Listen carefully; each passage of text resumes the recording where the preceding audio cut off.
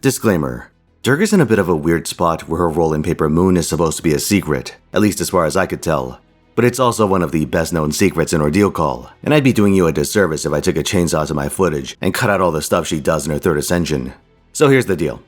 I'm not going to talk about specific OC1 story spoilers, but Durga's visuals and gameplay won't be hidden in any way, shape, or form. Because they're awesome, much like her boss intro, which is cool as hell. Let's give it a look.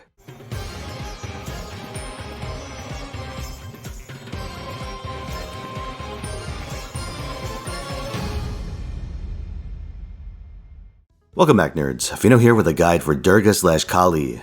She's a limited 5-star archer introduced in the first Ordeal Call, Paper Moon, and she's about to put one of your old, precious coverage servants out of a job. That's the pitch anyway. So how's that working out? Let's find out. First, let's go over Durga's skill set. Mahamaya, names are tentative as of this writing, is a 50% battery and a party-wide overcharge buff. Durga's an art servant, so I bet you can think of a few applications for that kind of effect. Next we have the Unapproachable One. It's a 3-hit invuln and 3-turn rainbow buff. I generally dislike utility and offensive buffs being mixed onto the same skill, but a hit-based effect skirts a lot of the downsides, and the best part is that any leftover stacks remain for their full duration. Not too shabby. I'll also point out that servants with multiple card type buffs get a nice support in the form of Yui Shosetsu, who gets added early next year as a part of the Samurai Remnant collab event. The last of Durga's standard skills is the Third Eye. It's a 3-turn NP damage buff that, for a single turn, also gives her invuln pierce and changes any of her drawn cards to arts. This is one of the worst offenders in terms of mixing business and pleasure. Sure, you might be able to change your mishmash of quick cards into arts, which is handy for manually looping against bosses, and invuln pierce is an excellent piece of anti-gimmickry. But in the overwhelming majority of situations, you're gonna pop this on turn 1 for its NP damage, and if those other two things aren't relevant at this point in time, you pretty much have to give up on them. Even if you know a boss is going to bust out an invuln as a breakbar mechanic, you're now stuck having to choose between having worse odds of getting to that point or finding an alternative method of getting invuln pierce onto Durga. That particular effect being tied to this skill and being a single turn buff is one of Durga's biggest flaws. If there's a silver lining, it's that Third Eye has a short 5-turn cooldown. Once we get the cooldown reduction of pen skill, you get a 4-turn cooldown in your first usage. That's better, especially for NP damage uptime, but it doesn't really address the fundamental trade-off. But speaking of Durga's Noble Phantasm, that would be... oh Jesus, Mahisasura Mardini, or somehow Akali depending on which ascension you're in. I'll be sticking with the latter so I don't have to edit out 50 takes of me butchering option number 1.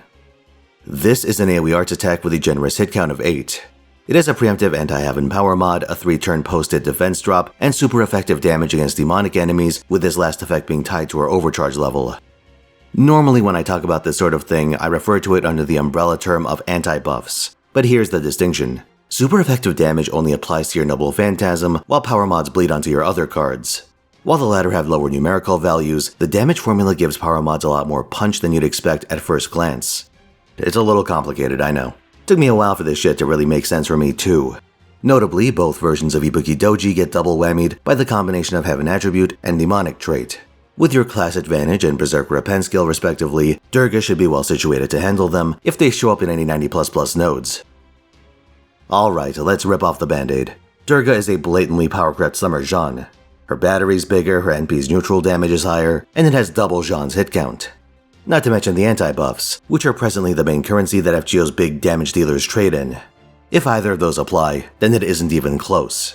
Jarcher's main contribution to endgame team building is that she gives a party attack buff that doubles up on good aligned servants. While yes, Durga is a selfish servant outside of that overcharge effect, the increased consistency and personal damage are going to give you much more mileage at comparable NP levels. Durga's also got a pair of nice... passives too. Do pen skills count as passives? For the sake of me not having to rewrite that, I'm gonna say they do. Anti-Berserker damage, which is the holy grail of the typically useless Pen 3 options. The other one is an innate passive for 10% arts and crit damage. I feel confident in saying that Durga is the best AoE arts archer at the time of her release. Not like her competition was all too stiff in the first place. But if you've been reading ahead, you'll know it's not a role she keeps uncontested for long. I'll get back to that shortly.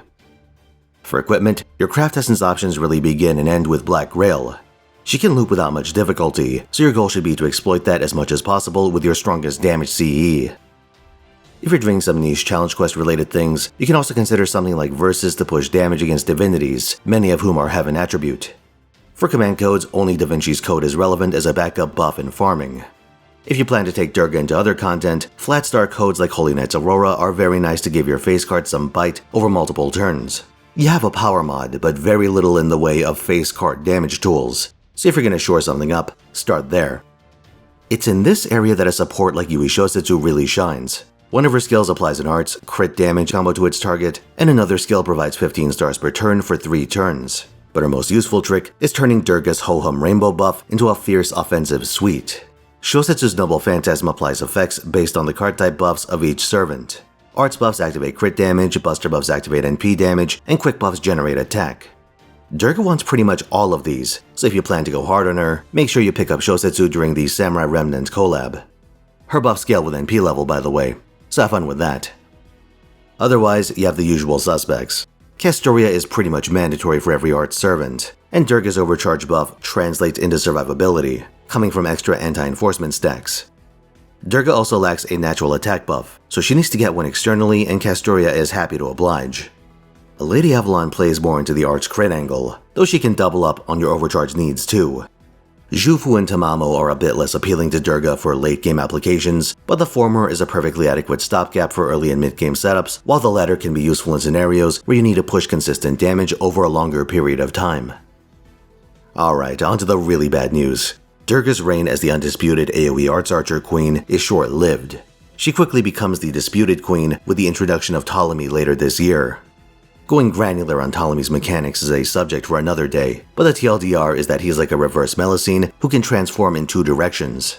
The part that's relevant here is that his neutral damage is ridiculous. On paper, he's the most damaging AoE Arts Archer, period, assuming no relevant anti-buffs. He's also got a ridiculous 80% between 2 batteries, though one of them requires you to start in his Buster form. This lets him farm some pretty ridiculous formations, at least in terms of enemy numbers. Durga, however, regains the damage lead if either of her anti-buffs come into play, with the advantage being modest against Heaven attribute foes and more pronounced against demonic foes. But things get really bad next January with the Samurai Remnant collab. The same event that gives Durga her best friend also comes with a buff to Summer Musashi. It's an upgrade to her Noble Phantasm that brings its raw damage close to Ptolemy's, though you do have to remember that in practice, Berserker class advantage has a lower multiplier than proper class advantage. But here's the kicker. Musashi also gains an anti-buff against Saber-class servants. Even at Overcharge 1, she deals double her usual damage. That's an apocalyptic value, and it puts her in single-target territory. Even factoring in class advantage, she'd be near the top of the Archer leaderboard, as an AoE Berserker. It's absurd, but not without its downsides. You see, Musashi will have a more severe version of the Draco problem, where she lacks any kind of instant battery, and her damage swings wildly based on whether you're fighting a servant or not. So if you're, say, impeded by a 400k Spriggan mid-boss, things can go south. Also, she gives a pittance in terms of party utility, so you're really counting on her to do the heavy lifting. So with all this in mind, should you still roll for Durga? If your sole goal is to farm trash mobs, then no. Both Ptolemy and Summer Musashi can do that trivially, while respectively bringing a fun gimmick and monetary savings assuming you already have her. But if you have an interest in 90++, then the picture looks quite a bit more interesting. Here, Durga's double anti-buff and battery combo gives her a potential advantage over her competition. Musashi needs to be babysat constantly, and a bad enough combo of enemy formations and mid-boss health values can torpedo your run, even if you have the damage to atomize the actual boss. Ptolemy, by contrast, has better charge consistency against irregular enemy formations, but his lack of an anti-buff means his ceiling is a fair bit lower than Durga's, unless of course you're willing to swap him into his single target form, in which case you'd A. sacrifice one of his batteries, and B. have to drag along a Buster package. These options would eat into the effectiveness of his arts form, and I don't see a great case for swapping him back and forth in the middle of a farming run. At the start, sure, that's how you use one of those batteries, but actually attacking in both forms? Yeah, I don't know about that. Considerations like this are why Durga ended up as my 10th best servant of the year over Ptolemy. The game is presently leaning in a direction where targeted damage spikes are more valuable than very powerful neutrals. And it really doesn't help that those very powerful neutrals are having their lunch eaten by blatantly overpowered neutrals, who also have anti-buff damage spikes. That said, there are a lot of reasons not to roll for Durga / Kali. If you're heavily invested into one of the legacy servants like Jarcher or even Zenobia, then Durga represents power creep, yes, but not to such an extent that you need to immediately bin them. If you have Jarcher at NP3 or Zenobia at NP5, you're probably better off just waiting and focusing on the single target component of your roster. Another legacy, Summer Musashi, holds up quite a bit better as we've already gone over, assuming you can play around her weaknesses. As for Ptolemy, I personally would take Durga over him, but if your plan is to, say, grail the guy, you could make a case for him as a strategic upgrade over Durga, considering his multi-role potential. Durga has good core benefits, good looping, a big battery, and anti-buffs, but she's weirdly give and take when it comes to the bells and whistles. Her utility and offensive / consistency buffs being mixed together is a pain in the ass, especially with her invuln pierce. You want to pop her 3rd skill for its NP damage immediately, but this makes the arts card conversion more of an afterthought than a reliable tool.